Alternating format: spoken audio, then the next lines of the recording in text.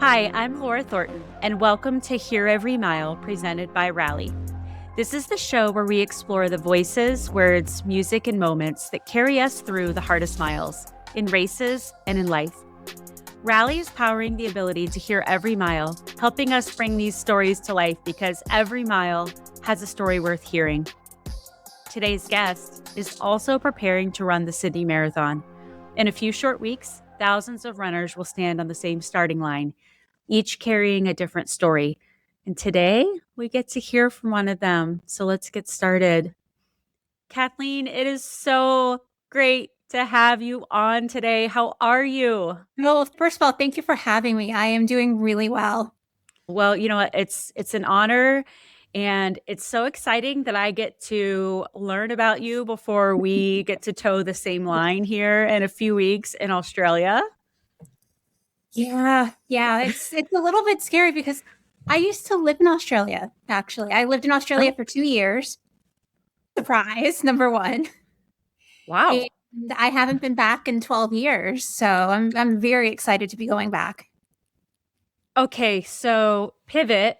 Before we even start this interview, am I going to see any of those giant spiders in Sydney? No. I didn't think so. As long as you stay in the actual city centers, you're not going to see any snakes, and you're not going to see any spiders. It'll be okay. Thank you for planting that one. Another form of terrorist. Okay, so you've lived there and you just haven't been back in a while. So this is like coming home, kind of. I mean, I lived in Melbourne, not Sydney, but really it's close enough at that point that, whatever. But yeah, I spent 2 years in Sydney working, Melbourne working. So. Okay, so I was going to start out by asking you to tell me something about you beyond the race bib, and you already gave me a little bit more or a little bit about that, but I want a little bit more. So tell me who you are, first of all, outside of being a runner. Wow. Running is such a part of my identity, but outside of that, I work in New York City. I work on Broadway. I'm not a performer. I'm not on the stage. I'm not admin office. I love people who make it happen. That's so amazing. I do IT for the arts, basically. And that's kind of what I do for work. But other than that, like I'd love to do the whole travel thing. So Sydney, again, also super, super exciting. Okay, so wait, you live in New York City? Yeah, I live in New York City. I live in Queens. I work in Manhattan. Okay, so I'm running the New York City Marathon this year for the first time. Me too. Well, I've run it for the front. I mean, because then you officially would be a stalker. I have lived now north of London as well. Surprise. Favorite place to live? Probably Melbourne, probably Australia. New York, a very close second. Okay. So I'm going to let everybody, all of our listeners, in on a secret. You're going to literally be the first person to hear this. My daughter's former nanny, she was her nanny from age 2 to the time that she started school. She just moved to Melbourne. My daughter hasn't seen her in 2 years. Surprised my daughter, whose name is Sydney. That's going to be so amazing. Oh my goodness. Yes. So y'all. And she's loving Melbourne, loving it. It's great. I cannot say enough good things about it. Oh my gosh. Okay, so now snakes, spiders, I may end up wanting to move to Australia. Okay. You get the birds, you get the good wildlife, none of the bad. Yes, but I am holding a koala, like literally day 2 of me being there, I'm holding a koala. Got to check that off the list. So I was going to actually ask you what would be something people would be surprised to learn about you, but you're just dropping surprise bombs everywhere. I don't think you, is there anything else that you want to surprise us with before we start? Nothing massive, I don't think. I think those are the big ones. Lived on 3 continents, live in New York City, running a lot of races. Those are pretty big surprises. Wow. Okay. So what fills your cup when you're not running? I like helping people. I like being there for people.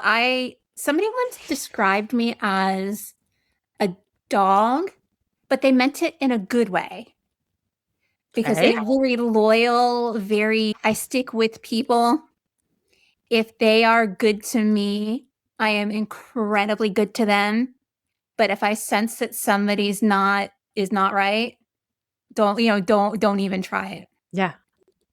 You're going to make sure they don't come in the front door. Exactly. So you never really want to be heard, being called a dog, but Right. once he explained it to me, I'm like, I totally get that, and You're a dog. I'll allow it. Well, I've never heard it explained that way either, but if we think about how dogs are, They have their people. It's not always a wide group of people, and same in my case, but you stick with each other. You do whatever needs to be done to help that person out if they need it. wow, they're loyal. Yep. Wow. So, how did running find you? Ooh, there's always you in and out of it at the start. I weighed 100 pounds more than I do now. Now I am conventionally sized. Before I was unconventionally sized. And I didn't start it necessarily as like to get healthy. I think it was more of I need something to hold on to. I need something to control. Because when life is going in like 18 million directions around you, you kind of need like that one focus. And I think a lot of runners, especially distance runners, there's always something going on somewhere behind the scenes. And we use running as either a form of therapy or escapism. And I'm not saying that for everybody, but I think a lot of us use it for multiple purposes. And I think that's kind of how I started to get into it, is because I needed something to do. I don't think that you stepped out of bounds with those statements, though, because there's been studies around trauma and endurance sports. I joke around with a friend of mine who does, massive 100-mile, 200-mile ultras. Like, the further you go, the more messed up you were. I mean, joking, not joking. When my dad passed away back in October, it wasn't but just a couple weeks later that I signed up for an ultra, which I said I never would do. I probably started running, I'm going to say for real again, like, with after all the stops and starts, probably the year my dad passed. My dad passed of a terminal illness, and, towards the end, it was, lots of things. And that was, part of the reason I needed something to distract as well. Yeah. So I started to get into it that way. Wow. And it gave you probably something else to focus. And I was like, all right, well, let's try this. Speed doesn't matter. I was living bored at that point. So half the time I'd just come home from work, slap on a pair of like whatever shoes I had, and just go for a wander, do a little jog to the next light post kind of thing. Yeah. There.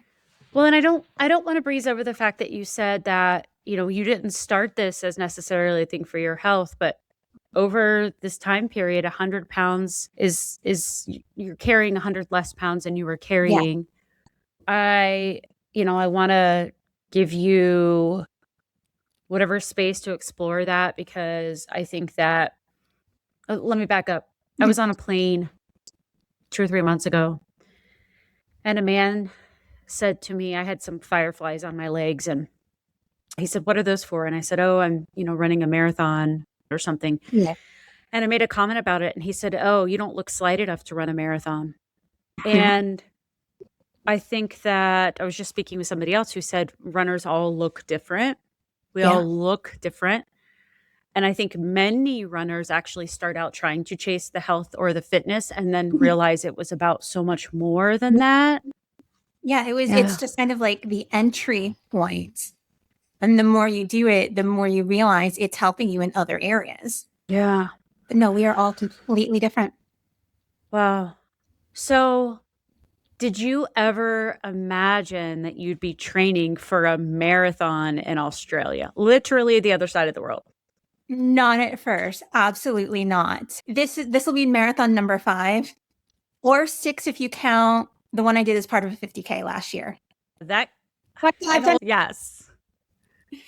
It was a road 50. It was not a trail 50. I don't do trail. That's going to be like career number 2 after road is done. I have to get dirty for a trail, so I'm out. I trip over air, so. Well, we'll take all the air out for you for the trail run. Oh my gosh. I never really thought I would start. I would do a full marathon until my second one was as part of the Dopey Marathon, the Dopey Challenge at Disney. That was my second one. Yeah. I put in entry for New York I guess it would have been the 2019 edition. Didn't get in. Signed up for Philly as a consolation prize. Like once I had finally made that decision, like, oh crap, I'm going to do Dopey. I need to have a practice one in first. Oh yeah. And so I signed up for Philly, survived Philly, and then did Dopey for my 40th birthday because my birthday was around that time of year. I'm like, okay, sure, why not? I had friends that were also running. They were, my Disney buddies. Yeah. And then it was so hot that year that they actually, they had to cut the course short. What? Yeah, it was probably by the time I got done on marathon day, it was already like 1:00 in the afternoon because you start late on, solar end of the spectrum. And it was over 80 degrees and 88% humidity. Nope. Exactly. Did one like that. Never again. Wow. So they cut the course a little bit short and they had, diverted us elsewhere. And I finished. And I joke that I opened the portal to the underworld because you all know what happened in February and March of 2020. I did that because I should have complete Dopey. Everybody listen up. It was Kathleen who did it. My fault. I take full responsibility for it. And now you're going to run further because you're now carrying the weight of this. Okay. 100-miler, here we come. No. I said, after I finished my 50K, I said, give me a 60K. Oh. Like literally I was at the finish line of the 50K and I'm like, are there any 60s around? Really? I don't think I could do it. I was going to say, I don't think I can do a 50-miler. Mm-hmm. Never going to say never, but I want something in between a 50K and a 50-mile first someday. I'm a little burned out at that point in training for Sydney where I'm like, I just want to be done with it. Oh yeah. We're so close to the taper. Talk to me after New York is done. Yeah. Yeah. We're so close to that taper. And then we can take a breath and have the taper tantrums and all that. Yes. So Sydney, now did you enter through tour, charity, lottery? I entered through the lottery and I was not at all surprised when I got in. What? Not even. I opened up the email like, yep, that tracks and go. What? How? No, listen to this. It's going to sound really stupid, but it was divine intervention because my mother passed away last autumn of Alzheimer's. Very late diagnosis. We didn't know. Family issue, 8 podcasts worth of stuff. But by the time I really got involved in things, because I live away from where my mother was living with my older brother, by the time I knew anything was happening was already just beyond done. So I was working through, nursing home to passing away in a span of 3.5 or 4 weeks. And in the middle of that was the entry for Sydney. I'm like, yeah, let's just put it in. Promptly forgot about it. Then maybe 2 weeks after my mom passed away was the drawing. And I got that congratulations email. I'm like, yep, that tracks. So your mom passed when? October 4th last year. So my dad passed October 26, 2025. And I had just finished PRing my marathon. I had run Chicago 2 weeks before. Then I ran Vegas, which was my qualifying marathon for Team for Kids. And I shaved 30 minutes off my time. I was elated. It was a downhill, so I'm going to downplay myself a little. Blow your quads halfway through. I could have. That's true. I'd been talking to my mom the whole time. Yeah. Everything was fine. And I showered. I missed a call from my mom. I called her and then she told me that my dad was gone. Wow. And I'll tell you, the Sydney parallel here, I went home for his memorial, right away, pretty much. Yeah. And I had found out while I was home. And in fact, I was still so sore from Vegas that I was sleeping on my mom's couch because I couldn't make it up the stairs. I was in so much pain. And my mom, that was the only thing that made her laugh, I think, was the fact that I couldn't walk and I needed handrails. And I didn't get in. I found out I didn't get accepted. Yeah. And she said, gosh, why couldn't you get accepted to Sydney? That's the one, that's my bucket list place. Right. That's the one you really, That's the one she really wanted to go to. And in that moment, I knew I was going to get there. I just didn't know how. Right. And I had gotten an email a month or so later that said, hey, we have an opportunity at some majors. Would you be interested in applying to our charity? You want to be on the list, right? I applied. I found out a couple days before Christmas. And so my mom is coming and one of my kiddos and then my husband were going, but Sydney is for my mom. Yeah. New York is for my dad. Yep. And the fact that you said, I'm not surprised, I wasn't surprised. Yeah. It's just the way it is, the way the universe needed it to be or something. Yeah. And it knew that you were going to need that piece that you were going to get from running. It needed to go back to someplace I was so loving. I enjoyed that. I enjoyed Australia so much. Tried so hard to stay permanently. It just didn't work out. I never thought I'd go back again. Really? No, really. Like London I say it's easy enough to get to from New York. It's just, it's just in an 8-hour flight. Australia's a whole other story. It's like anywhere between like 19 and 30 hours, depending on flight patterns. Why are we talking about this right now? Think about the rest we're going to get. We can't go anywhere. We can't do anything. We could just sleep the whole time. We're literally captive. Yes. Yeah. With my mother and my 7-year-old and my husband. But at least the 7-year-old's not a little baby. True story. Yeah, and she's got crafts and things for days. Yes. Deep breaths. So speaking of things that are going to stress us out, what has been your biggest challenge during this training cycle? Balancing work, the environment with training. I say the environment because of all of the fires from Canada and out west blowing the smoke into the east. We had a week where I just didn't go outside. I didn't really run outside at all. And I have no access to a treadmill because the air quality was so terrible. Oh my gosh. And I wasn't going to torch my lung. It was not, it wasn't 500. It was like 100, 180, 200, which is really, really bad, but not as bad as they had it, but not something I was going to risk running in. No. So you take some time off for that. Then I've got this massive project at work that's going to go live in 3 weeks. Oh, perfect timing. Not like you have anything else going on in 3 weeks. Exactly. Sydney so marathon. It's like career defining, employment defining project. And like, oh, I've got to do this. And then 2 weeks later, I'm off to Sydney. So that's kind of been my biggest issue, is trying to balance all of that and the stress from any one of those things at any one time. And life itself is stressful. Life has been stressful. That's I am not unique in that scale at all. That's true. Fortunately, I got most of the illness and, really, really bad things, life-altering bad things over with last year. So this year it's back to the normal stress. Right. There's so many people that have so many other things going on.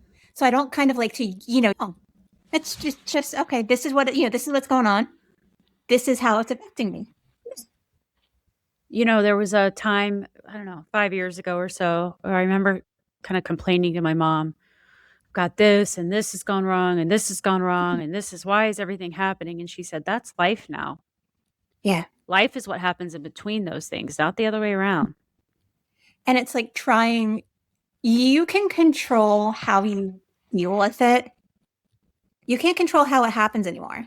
Like I tried controlling how things happen. Doesn't work so well. It's how you deal with that makes you a better or worse person.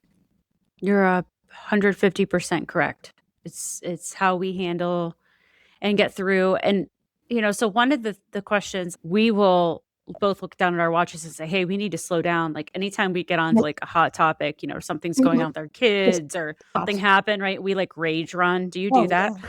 Once in a while, absolutely. I mean, there have been a couple of times where I've come home from work and put on the shoes and gone out for 25 minutes. And I don't do doubles. I only run in the morning, like early mornings before work. Yeah. So for me to like put on the shoes, just go out for 25 minutes and just beat the out of myself. Just pound that pavement. Just go. Yeah. Yeah. Oh, yeah. Yeah.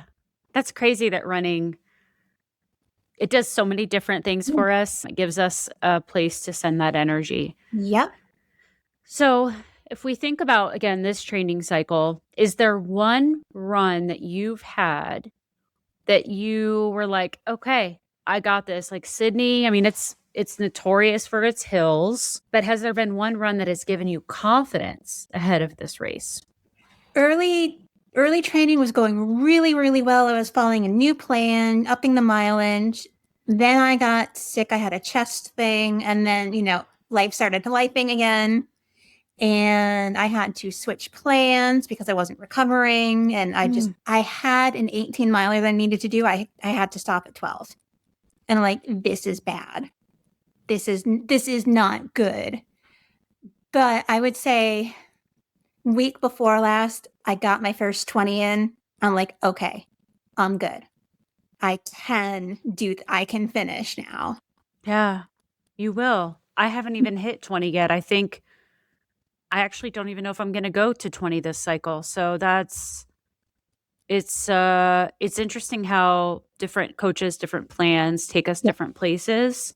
Yeah. Do you do time on feet or miles then? I do miles because I'm a slower runner. Okay. I think that whole you should only do a maximum of 3 hours on your long run is kind of bunk for a lot of people who are towards the back of the pack like me. Because if you are a 6-hour marathoner, to do just 3 hours as your longest long run leaves so much beyond. It's a big gap. How are you going to know? Exactly. It's the working up to it. You have to adjust your training and recovery to work up to that much time on feet. It's not, I mean, think about ultra runners. What do? They don't stop at 3 hours in their training session. No. So a lot of my friends, I've changed my mindset to train more like I'm training for an ultra. Because essentially that's what I'm doing. Because the time on feet thing is like, well, yeah, if I'm going to be out there for 6 hours, 5-6 hours, you have to. So I try to hit about 80% of what I expect to, whether the race is mileage or it's a time thing. I'm like, all right, if I can get to 80%, I know that 20% is in there somewhere. Yeah. So I'm definitely miles. That's actually a really fascinating concept. I mean, my first marathon, I did like an online plan, which since nobody's listening, except I'm going to tell you what I did. Okay. I had this plan that told me like number of miles and it had tempo, it had intervals, it had all these things. No, I just ran the same number of like the same pace, the same number, like whatever miles. If it said 8 miles, I ran 8 miles at the same pace every single time. I was so beat up and broken by the time I finished my first marathon, and it was 90% humidity, Nebraska, the very end of August. Yeah, that can be kind of grim. Doesn't that sound like a beautiful marathon? Like late August, Nebraska? I just think, flat lighting, running through cornfields and that's about it. That's what it was. I'm sorry. And they closed the course support early, so I was like knocking on random people's doors to like get it for water. Yes.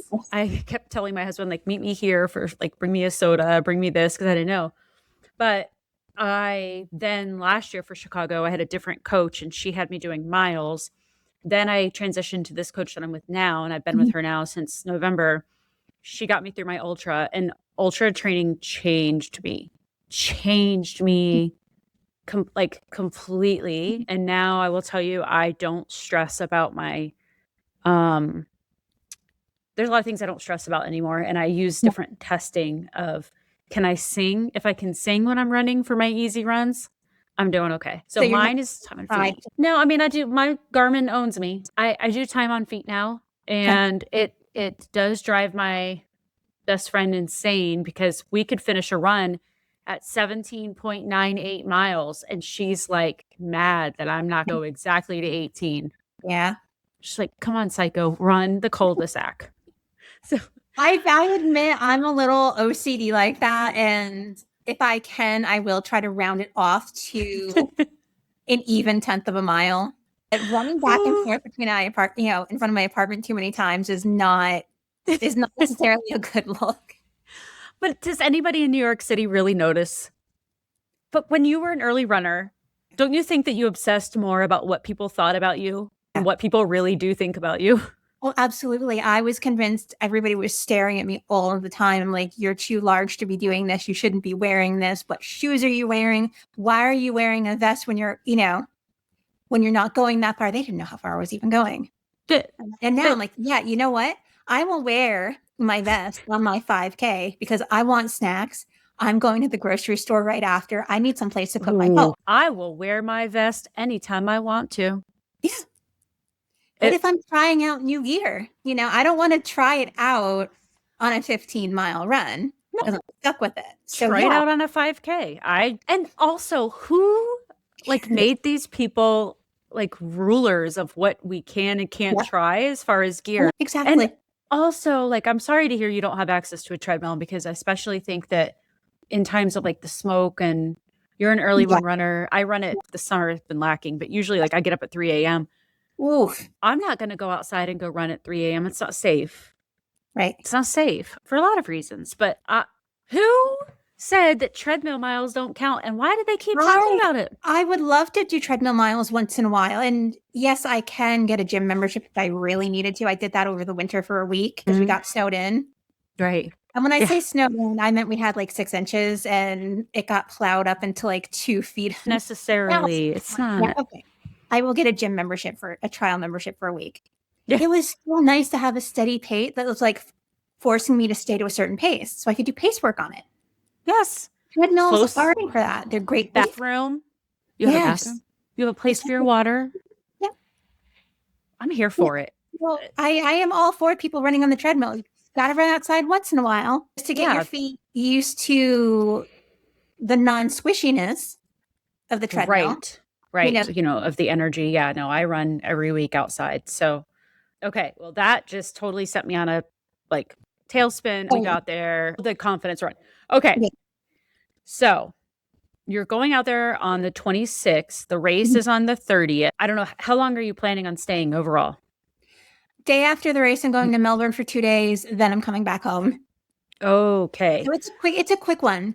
Because again, because I used to live there, a lot of things for the first time. It's more about seeing my old friends and seeing the sights. Well, that was what I wanted to ask, was there one thing you're looking forward to experiencing in Sydney besides the race? But I would guess that seeing your friends would be a pretty big highlight. Seeing the friends is probably the biggest thing. I mean, a lot has happened to all of us in the last 12 years. A lot to catch up on in that. And being able to do it face to face is just unbelievable. Is Melbourne close enough that they could come, or that's a flight? I know that. It's only an hour and 15-minute flight.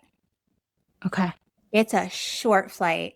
I don't know how many will come up for the marathon just because the weird time of year for my friends who work in the arts and all of that kind of thing. So I don't know if they'll come up for it, but I will go down to Melbourne. I will walk my old haunts and have breakfast with somebody before they go to work. I'll meet somebody else at work for lunch, and we'll all go out after for, drinks and stuff. That sounds so much fun. And is this the first time they're seeing you since you have made a pretty big health transition? Yep. Yeah. And that's got to feel good. That's got to feel good that you're... So never even really crossed their mind. And that's what makes them so amazing. But it will be the first time that they've seen, they've seen the new me as a... But also, you weren't a marathoner back then. No, it wasn't at that point. I had started the whole couch to 5K thing a little bit, just, again, for some escapism. Wasn't really that serious about it. I knew I did a little bit of something, but it's no, it wasn't a primary focus in life. It is. No, but it changes your confidence. Yeah. Running a marathon changes your confidence. Oh, yeah.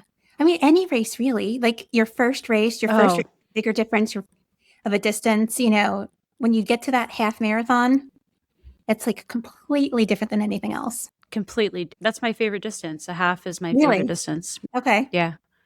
I I started running with 5Ks, like many of us do. It's the gateway drug. And now I just redline it. Like I just did a 4-mile race. 5K is my least favorite distance these days to race. If you like to feel like your lungs are going to explode, it is great. It's like you start out dying and keep going. And then you keep dying. You die more. Yes. I think the 10K is my hardest distance. Okay. That's my favorite to race, I think. It's just confusing to me because it's like you have to go fast, but like you can't start out fast. Yeah. But like you want to start going fast. And if you start going fast too early, then you're going to pay for it. Yeah. I can't wrap my mind around it. But yeah, I don't know. So let's say you and I see each other the day after Sydney, which I'll be getting on a plane. I'm coming home the day after. What do you hope that you're able to tell me the day after? I finished. I still have this fear, this thing in the back of my head. Oh my God, I'm not good enough. Like it's there in the back of my head when training doesn't go perfectly. Hasn't gone perfectly this year. It's gone less perfectly than usual. I still think in the back of my head, oh my God, am I still that person who is going, is still so worried about being diverted off course? Are they going to be moved to the sidewalk? I'm like, no, that's only been an issue in my very, very, very first marathon. And there were reasons for that one. I'm better than I think I am. Like not giving yourself enough credit. So, part of me still says, I just want to finish. Like, and I mean that. It's not a, like, oh, what's your goal? Legit, like, oh my God, what if something happens? But what if you surprise yourself? What if you do better than you expected? What if I've done this 5 times? Yeah, I've done this many times before. Already have 120 mile under my belt this training session. Going for another one tomorrow. I know, logical brain knows that I can do this. I've been saying the rest of me. So it's more about mental training, this part, than it is physical. That's so underrated. Did you get the email that we're all getting free mindset training? I did, and I was going to open it up right after this, actually go through it and look at it. Do it. I opened it up yesterday. I started it. And for those people who are listening, Sydney Marathon is going to be the first marathon. I don't know if it's just amongst the majors. I know amongst the majors for sure, but to offer free mindset coaching to all runners who are running. There's 40,000 of us. We're all getting free mindset coaching for the next month. And it is such an under talked about conversation. 2 of my really, really dear friends are running New York City Marathon with me this year, and they are running, it's their first marathon. Oh my God.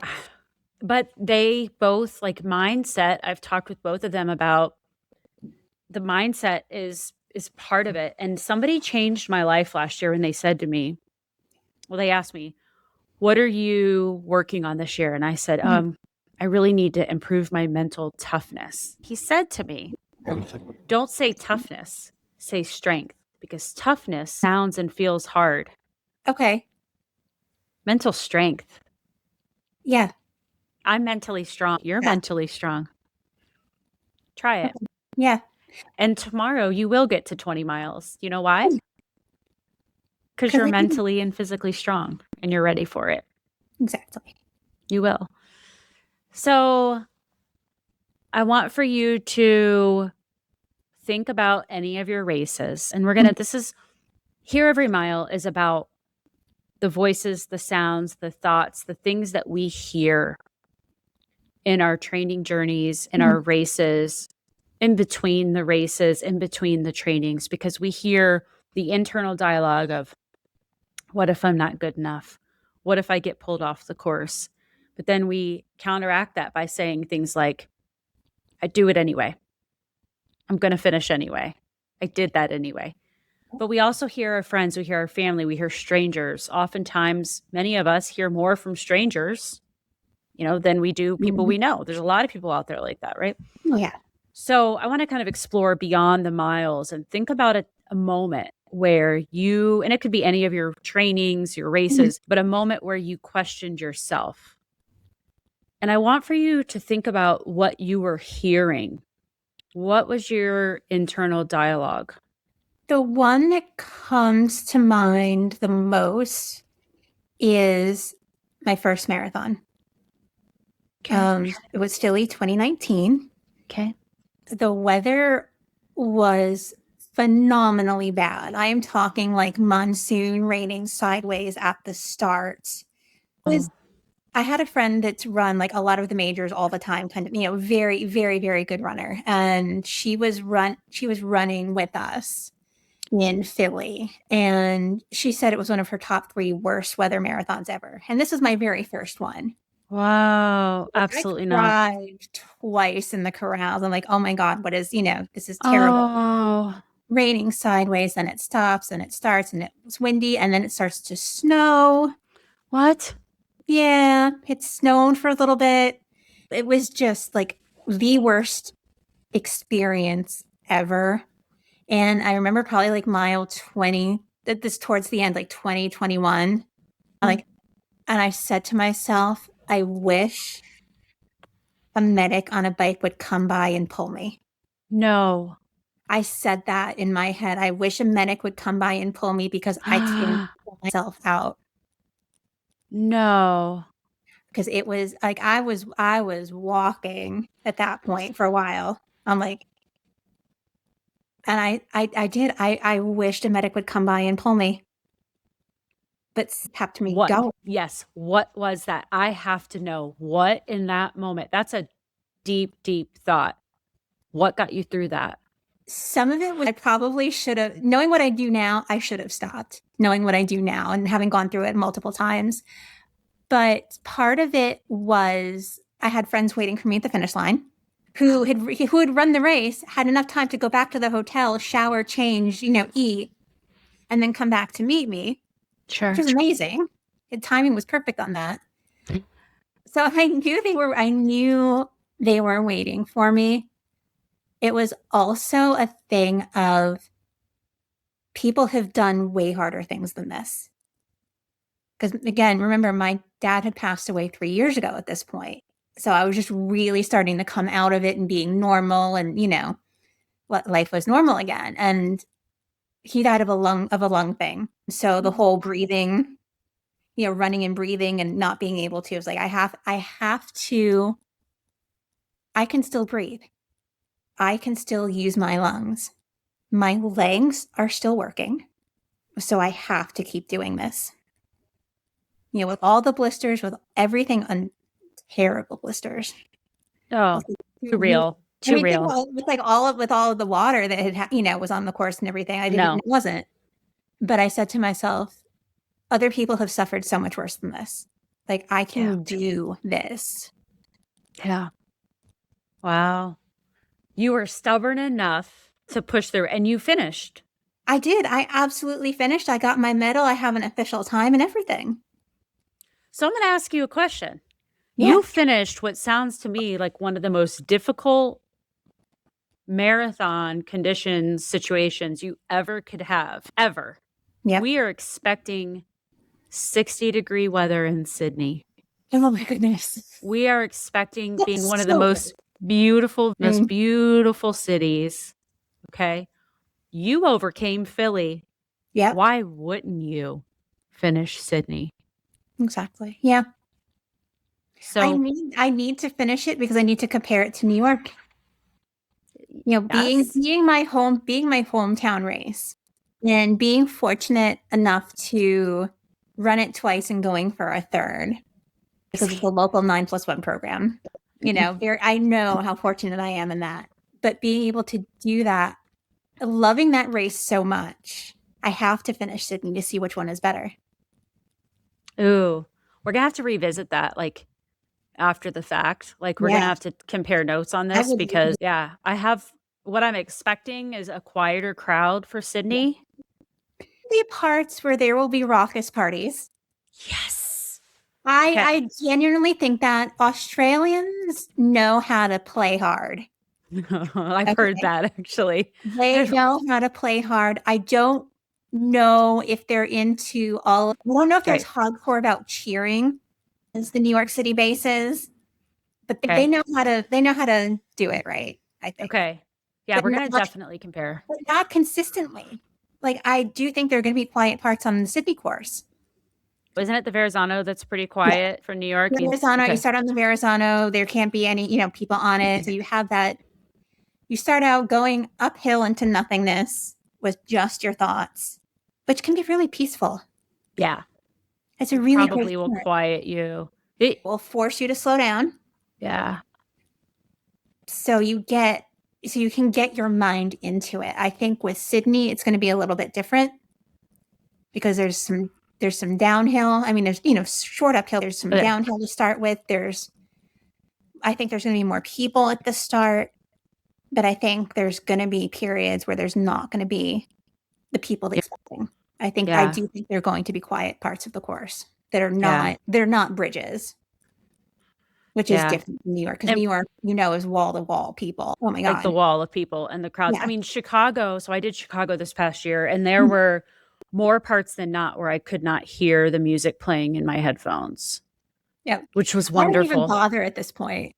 The music, like I mean, with your shocks, like I wear shocks, so I can hear everything anyway, right? Absolutely. Safety first. Yeah, safety first. You can hear everything and you want to hear the crowds, but I think it's so interesting, the dynamic of what we hear internally and what we hear externally and where those meet to propel us.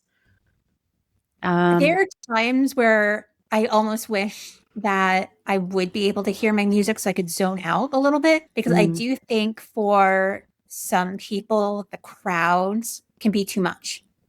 Intimidating. It can be intimidating. It can be overstimulating. It can just like take you out of yourself. Yeah. But me living in the city, working in Manhattan, like, I thrive on chaos. Okay. So for most of the time, I love it. Yeah. I'm hoping Sydney shows up like I expect, but I don't know. Yeah. I don't know what to expect. And like I said, I mean, Chicago was my first major. I'm doing London next year too, like I said. And I love London in my 20s. More costumed major. Yes. Yes, for sure. I'm already picking out costumes for like my cheer squad. Like anybody who's coming to London to watch, I'm like, yes, if you dress like a go-go girl from Austin Powers, then you absolutely can join me. Otherwise, stay home. Yes. Like, there is a man who he carries a refrigerator and he has a great purpose behind. He runs a marathon with a refrigerator on his back. Yeah. Like the human race is just so fascinating. Literally the human race, but it's so fascinating to me. And in coming up with this concept for Hear Every Mile, I know that nobody asked for one more running podcast, not a single person. And that's great, because I don't want to give you that. Yep. What I do think is that there are so many incredible people with amazing stories like yours of resilience and writing your own story that deserves to be heard. And so before we wrap up, I am going to be asking everybody the same 4 questions. Now, I do have some rapid fires I'm going to hit you with here soon, but this round is called the Rally Round. Now, have you heard of Rally? I have, actually. Okay. Have you gotten to use it yet? I have not. Okay. I know, but I should use it. Okay. Yes, I would encourage you. I used it for my ultra, and my brother left messages in the voice of Arnold Schwarzenegger for 2 separate miles and Blippi for another one. So there was that. My sister, who told me never to tell anybody, but since she's not listening right now, that she confessed that she actually does love me on 2 separate recordings. Aww. Shout out yes, and I downloaded that evidence and I have it for the rest of my life. But Rally is all about encouragement. And so I'm going to ask you this. Now, you said you don't even bother with the music, but you do have headphones. Oh, I do have headphones. I turn them on. Okay. So when things get hard, what is one song that you want to hear and why? Lots of good ones. I will say Titanium by Sia. Yes. You are my second guest who has used a Sia song, by the way. No way. Yes. Unstoppable was the other one. Like, I've got a lot in my head, but that one, I will say, probably because I first remember hearing it when I was living in Australia. And it brings good things. That's awesome. Oh, they're amazing. Titanium. You are titanium. Okay. So what is one sentence that you have heard or you've told yourself that will carry you to your next mile? You've survived worse. Mm. Yep. I'm a Peloton girly, and I have never been to New York City. I'm hoping to get to go to a Peloton class when I come out there. But Robin Arzon, who's my favorite instructor, she says, you've survived 100% of your hardest days. Yeah, it's totally true. We have. So Rally, as I mentioned, about sharing encouragement. If you could leave one message for someone to find on a day that they needed it the most, does it just have to be a race or running? But one message, what would you say? You don't realize how important you are to so many people. Wow. Yep. I needed that today. You don't. Yeah. That random person that you say, hey, nice shoes, and keep going. They may have needed that because they may not hear anything good about themselves ever. They may have just been walking to work after having a huge fight with, their family member. And they're like, I'm done. And just one person taking 5 seconds to care enough to say something positive about them. That's absolutely beautiful. Yeah. And you matter. You matter. You do. Everybody. So we all hit a mile in races in life. If someone listening feels like they've hit their wall today, you just shared, you matter. That everybody struggles. Everybody's got their own demons, their own stresses, their own things that are going on. But you can work through it. You can move past it. And there's fun. Still fun out there. That's beautiful. Thank you. You got it. Okay, so rapid fire before we wrap up. Here we go. Do you drink coffee before a run? Red Bull. No. What? You are a Red Bull before a run girl. Wait a minute. What time do you run in the morning? I will get up around 5. Okay. And you're chugging a Red Bull just casually? Yep. Like, Red just Bull are my pre-run. What flavor? S'mores. 100%. Okay. Cherry for the win. Okay. What is your guilty pleasure running song? I don't listen to a lot of music while I'm running. It's either podcasts or I've got like the local news on in the back of my head. Oh. You're listening. Hold on. I've literally never heard this. You said the local news? Like, yeah, I will put the local news on and I will just stick my phone in my pocket just to know what's going on. Because okay, is the subway going to crap itself? Do I have to go home early to take an alternate route to work? Okay, I'll give you a pass only because of where you live. Yeah, no, it's really dumb. It's terrible. And I need to get some good playlists going again. There's a lot of people who do audiobooks. Yeah, that's a thing. I'll do that once in a while until they annoy me and then I'll stop again. Okay. What is one thing you hope to eat in Australia? I want my kangaroo burger back again. Kangaroo burger. Okay. That's a legit, they really do. Kangaroo meat is a legit thing. It is just like beef. Okay. You let me know how that is. I'm sure my husband will have some. It's just like a really, really lean red meat. Oh, it's a lean meat. Okay, good. Kangaroos remind me of deer who have been to prison. You'll never unsee it. So you are welcome. Okay. So I do want to wrap up today by thanking you for joining us today for Hear Every Mile. And as I mentioned, this show is presented by Rally, who's powering the ability to hear every mile and helping us bring stories of perseverance, encouragement, and connection. But whether you're training for your first race, your next marathon, or simply navigating one of life's hardest miles, we hope that you heard something today that will carry with you. And if this conversation encourages